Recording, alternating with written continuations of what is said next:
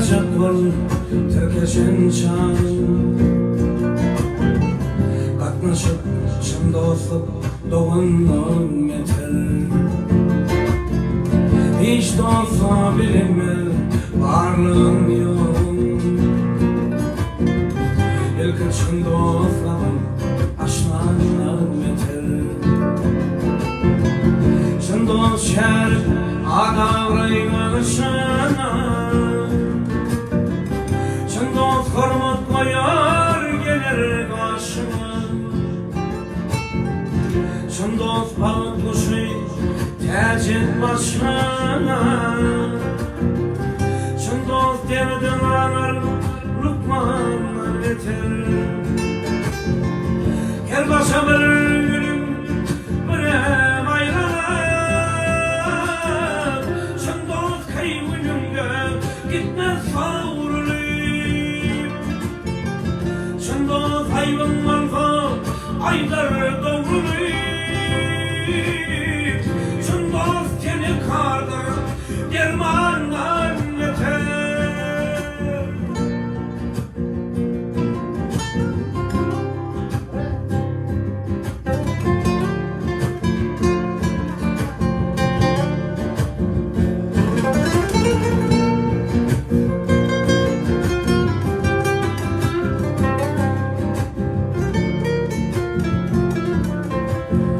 Dostlar aş başımda zühvede çeper.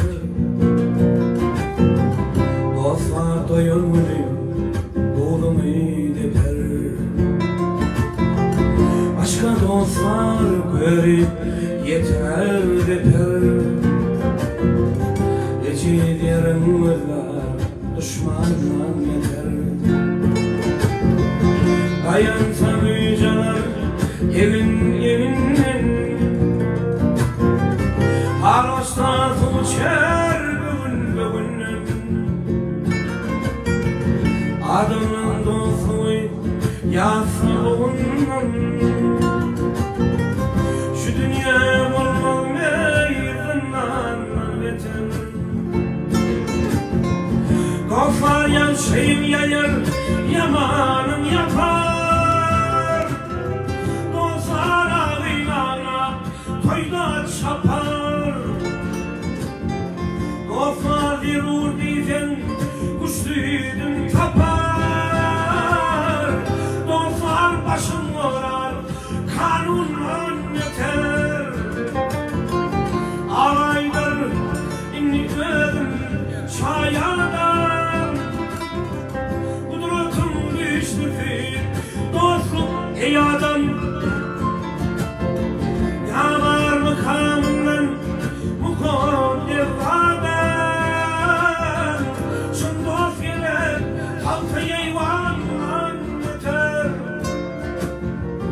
Yanar makamından mukadder adam.